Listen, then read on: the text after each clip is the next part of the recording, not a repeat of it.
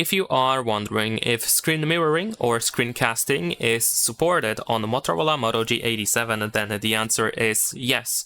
And if you want to use it, if you want to start casting your screen, for example, you should be able to open settings and go to connected devices. And most likely you want to use Smart Connect to be able to do so. However, before you do that, you can also just go to connection preferences and choose cast option over here, because there is a chance that you will find your device over here on this list in this place, so then you can just select it and start casting the screen.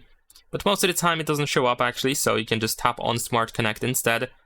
And once you go through the setup, you should be able to choose add a device over here or this plus button in the upper right corner, and you might see an information to sign into an account to pair a device. Like for example here I have this prompt, but sometimes there's like a bigger screen where you are asked to actually sign in. But you don't have to worry about creating an account or anything like that. You can skip it. There will be an option to skip, so you can proceed.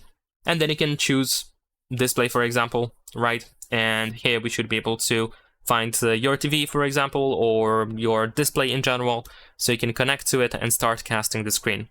And that's pretty much it. Leave a like and subscribe.